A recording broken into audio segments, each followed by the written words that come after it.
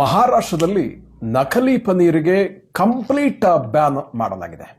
ಅಂದರೆ ಇದರ ಉತ್ಪಾದನೆ, ಸಾಗಣೆ, ಮಾರಾಟ ಇದೆಲ್ಲದಕ್ಕೂ ಕೂಡ ಕಂಪ್ಲೀಟ್ ಆಗಿ ನಿಷೇಧವನ್ನು ಹೇರಲಾಗಿದೆ. ಇದರ ಹಿಂದೆ ಅಲ್ಲಿನ ಆಹಾರ ಇಲಾಖೆಯ ಅಧಿಕಾರಿಯಾದ ತುಕಾರಾಮ್ ಮುಂಡೆ ಅವರ ಸಾಧನೆ ಬಹಳ ಅದ್ಭುತವಾಗಿದೆ ಮತ್ತು ಇತರ ರಾಜ್ಯಗಳ ಅಧಿಕಾರಿಗಳಿಗೆ ಕೂಡ ಇದು ಅತ್ಯಂತ ಮಾದರಿಯಾಗಿದೆ. ಹಾಗಾದರೆ ಮಹಾರಾಷ್ಟ್ರದಲ್ಲಿ ಈ ನಕಲಿ ಪನ್ನೀರ್ ಯಾವ ರೀತಿಯಾಗಿ ಜನರಿಗೆ ತೊಂದರೆ ಆಗ್ತಾ ಇತ್ತು, ಅದನ್ನು ನಿಷೇಧ ಮಾಡಲಿಕ್ಕೆ ಯಾವ ರೀತಿಯ ಕ್ರಮಗಳನ್ನು ತುಕಾರಾಮ್ ಮುಂಡೆ ಅವರು ಸಾಧಿಸಿದ್ರು ಅನ್ನೋದನ್ನ ಒಂದಷ್ಟು ವಿವರಗಳನ್ನು ನೋಡ್ತಾ ಹೋಗೋಣ. ಯಾಕಂದ್ರೆ ಇದು ಇಡೀ ದೇಶದಾದ್ಯಂತ ಇವತ್ತು ದೊಡ್ಡ ಸಮಸ್ಯೆಯಾಗಿ ಜನರ ಆರೋಗ್ಯಕ್ಕೆ ಹಾನಿಕಾರಕವಾಗಿ ಪರಿಣಮಿಸಿರುವಂಥದ್ದು. ಹಾಗಾದ್ರೆ ಈ ನಕಲಿ ಪನ್ನೀರ್ ಅಂದ್ರೆ ಏನು, ಅಸಲಿ ಪನ್ನೀರ್ ಅಂದ್ರೆ ಯಾವುದು, ಯಾಕಾಗಿ ಮಹಾರಾಷ್ಟ್ರದಲ್ಲಿ ಇದನ್ನ ಕಂಪ್ಲೀಟ್ ಆಗಿ ಇವತ್ತು ನಿಷೇಧ ಮಾಡಲಾಗಿದೆ, ಎಲ್ಲ ವಿವರಗಳನ್ನು ಒಂದೊಂದಾಗಿ ನಾವು ನೋಡ್ತಾ ಹೋಗೋಣ.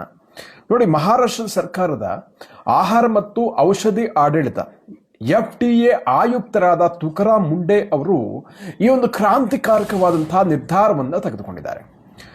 ಅವರು ಸಾರ್ವಜನಿಕರ ಆರೋಗ್ಯದ ದೃಷ್ಟಿಯಿಂದ ಕೃತಕ ಅಥವಾ ನಕಲಿ ಪನ್ನೀರ್ಗೆ ಸಂಬಂಧಪಟ್ಟ ಹಾಗೆ ಕಟ್ಟುನಿಟ್ಟಿನ ಆದೇಶವನ್ನು ಹೊರಡಿಸಿದ್ದಾರೆ. ಕಂಪ್ಲೀಟ್ ಬ್ಯಾನ್ ಆದೇಶವನ್ನು ಹೊರಡಿಸಿದ್ದಾರೆ. ಮಹಾರಾಷ್ಟ್ರದಲ್ಲಿ ಈ ಅನಲಾಗ್ ಪನ್ನೀರ್ ಅಂದರೆ ತರಕಾರಿ, ಎಣ್ಣೆ, ಸ್ಕಾರ್ಚ್ ಮತ್ತು ಕೃತಕ ರಾಸಾಯನಿಕಗಳನ್ನು ಬಳಸಿ ತಯಾರಿಸುವ ನಕಲಿ ಪನ್ನೀರನ ಉತ್ಪಾದನೆ, ಪ್ಯಾಕಿಂಗ್, ಸಂಗ್ರಹಣೆ, ಮಾರಾಟ, ದಾಸ್ತಾನು, ಚಿಲ್ಲರೆ ಮಾರಾಟದ ಮೇಲೆ ಸಂಪೂರ್ಣವಾದಂತಹ ನಿಷೇಧವನ್ನು ಹೇರಲಾಗಿದೆ. ರಾಜ್ಯದ ಯಾವುದೇ ಹೋಟೆಲ್, ರೆಸ್ಟೋರೆಂಟ್, ಬೀದಿ ಬದಿಯ ಹೋಟೆಲ್ ಇರ್ಬೋದು, ಯಾರೇ ಆಗಲಿ, ಯಾವುದೇ ಆಹಾರ ಮಳಿಗೆ ಆಗಲಿ, ಎಲ್ಲೂ ಕೂಡ ಅಸಲಿ ಪನ್ನೀರ್ಗೆ ಮಾತ್ರ ಸ್ಥಾನ ಇದೆ.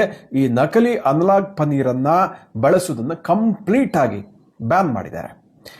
ಆಹಾರ ಸುರಕ್ಷತಾ ಮಾನದಂಡ ಕಾಯ್ದೆಯ ಅಡಿಯಲ್ಲಿ ಈ food safety and standard act 2006 ಅಡಿಯಲ್ಲಿ ಇದನ್ನ ಆದೇಶವನ್ನು ಹೊರಡಿಸಿದ್ದು ಉಲ್ಲಂಘನೆ ಮಾಡಿದ್ರೆ ಕನಿಷ್ಠ 6 ತಿಂಗಳವರೆಗೆ ಜೈಲು ಶಿಕ್ಷೆ ಮತ್ತು 1 ಲಕ್ಷ ರೂಪಾಯಿ ತನಕ ದಂಡವನ್ನು ವಿಧಿಸಲಾಗುತ್ತೆ. ಒಂದು ವೇಳೆ ನಕಲಿ ಆಹಾರ ಸೇವನೆಯಿಂದ ಯಾರಾದರೂ ಸಾವು ಸಂಭವಿಸಿದ್ರೆ ಜೀವಾವಧಿ ಶಿಕ್ಷೆಗೆ ಕೂಡ ಗುರಿಯಾಗಬೇಕಾಗುತ್ತೆ ಅಂತ ಒಂದು ಕಟ್ಟುನಿಟ್ಟಾದಂತಹ ಆದೇಶ, ಜೊತೆಗೆ 10 ಲಕ್ಷ ರೂಪಾಯಿ ದಂಡವನ್ನು ಕೂಡ ವಿಧಿಸುವಂತಹ ಒಂದು ಕಠಿಣವಾದಂತಹ ಕಾನೂನು ಕ್ರಮವನ್ನು, ಅವಕಾಶವನ್ನು ಅಲ್ಲಿ ಮಾಡಲಾಗಿದೆ.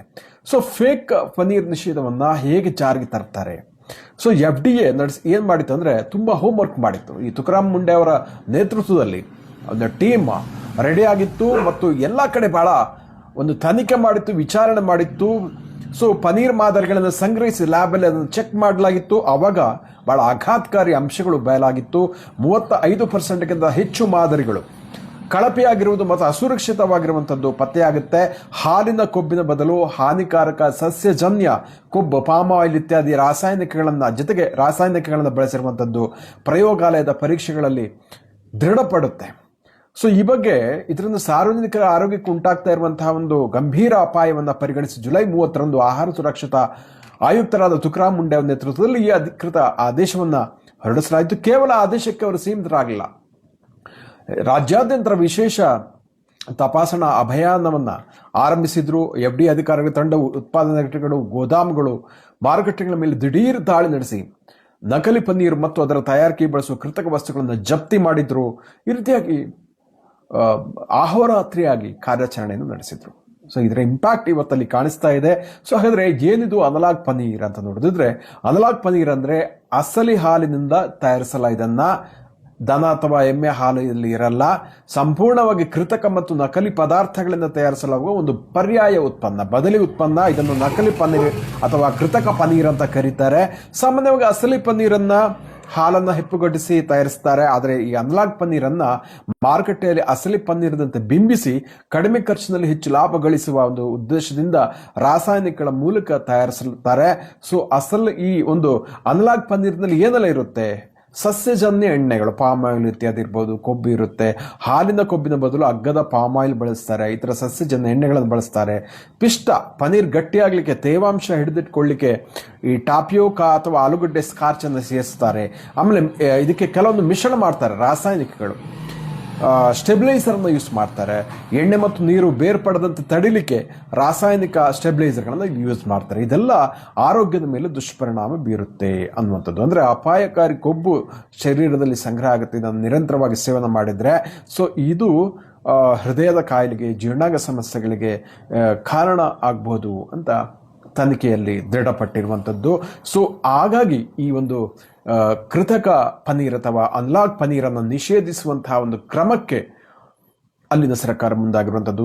ಈ ನಿಟ್ಟಿನಲ್ಲಿ ತುಕಾರಾಂ ಮುಂಡೆ ಮತ್ತು ಅವರ ಟೀಮ್ ಮಾಡಿರುವಂತಹ ಕೆಲಸಗಳು ಬಹಳ ಅದ್ಭುತವಾಗಿದೆ. ಸೊ ಇಡೀ ದೇಶಕ್ಕೆ ಇದು ಮಾದರಿಯಾಗುವಂಥದ್ದು. ಯಾಕಂದ್ರೆ ಅನೇಕ ಮಂದಿ ಗೊತ್ತಿರಲಿಲ್ಲ ಈ ರೀತಿ ನಕಲಿ ಪನೀರ್ ಮಾಡ್ತಾರೆ, ಇದೆಲ್ಲ ಹಾಲಿನ ಅಂಶನೇ ಇರಲ್ಲ, ಎಲ್ಲೋ ಹಾಲಿನ ಪುಡಿ ಒಂದು ಸ್ವಲ್ಪ ಮಿಕ್ಸ್ ಮಾಡ್ತಾರೆ, ಮಿಕ್ಕಿದೆಲ್ಲ ಈ ರೀತಿ ಸಸ್ಯಜನ್ಯ ಎಣ್ಣೆಗಳು, ಅದೇ ಹಾನಿಕಾರಕವಾದ ಕೆಮಿಕಲ್ ಎಲ್ಲ ಹಾಕ್ತಾರೆ ಅಂತ. ಸೊ ಅಸಲಿ ಪನೀರಿನ ಗುಣಲಕ್ಷಣಗಳು ಏನಾಗಿದ್ರೆ, ಇದು ನೈಸರ್ಗಿಕವಾದ ಹಾಲಿನ ಪರಿಮಳ ಇರುತ್ತೆ, ತಿಳಿ ಹಾಲಿನ ಸುವಾಸನೆ ಇದರಲ್ಲಿರುತ್ತೆ, ಇದರ ಸ್ಪರ್ಶವು ಬಹಳ ಮೃದುವಾಗಿರುತ್ತೆ, ಕೈಯಿಂದ ಒತ್ತಿದಾಗ ಸುಲಭವಾಗಿ ಅದು ಪುಡಿ ಆಗುತ್ತೆ, ಆದರೆ ರಬ್ಬರ್ನಂತ ಹಿಗ್ಗುವುದಿಲ್ಲ. ಇದರಲ್ಲಿ ಹಾಲಿನಲ್ಲಿರುವ ನೈಸರ್ಗಿಕ ಪ್ರೋಟೀನ್, ಕ್ಯಾಲ್ಸಿಯಂ, ಆರೋಗ್ಯಕರ ಕೊಬ್ಬಿನಾಂಶ ಸಮೃದ್ಧವಾಗಿರುತ್ತೆ. ಆದರೆ ಈ ಕೃತಕ ಪನೀರಲ್ಲಿ ಇದು ಯಾವುದು ಸಿಗಲ್ಲ ನಿಮಗೆ. ಹೆಸರಿಗೆ ಮಾತ್ರ ಒಂದಷ್ಟು ಹಾಲಿನ ಪುಡಿ ಇರ್ಬೋದು, ಬಿಟ್ರೆ ಈ ಪೋಷಕಾಂಶಗಳು ಕೂಡ ಈ ನಕಲಿ ಪನ್ನೀರ್ನಲ್ಲಿ, ಅನ್ಲಾಕ್ ಪನ್ನೀರ್ನಲ್ಲಿ ಸಿಗಲ್ಲ. ಸೊ ಹೀಗಾಗಿ ಎಲ್ಲ ಒಂದು ಕೆಲಸಗಳಿಗೆ ಹಿನ್ನೆಲೆಯಲ್ಲಿ ತುಕಾರಾಂ ಮುಂಡೆ ಅವರು ಮಾಡಿದಂಥ ಸಾಧನೆ ಇವತ್ತು ಭಾರತದ ಗಮನ ಸೆಳೆದಿದೆ ಮತ್ತು ಭಾರತಕ್ಕೆ ಒಂದು ಮಾದರಿಯಾಗಿ ಪರಿಣಮಿಸಿದೆ ಅಂತಲೇ ಹೇಳಬೇಕು.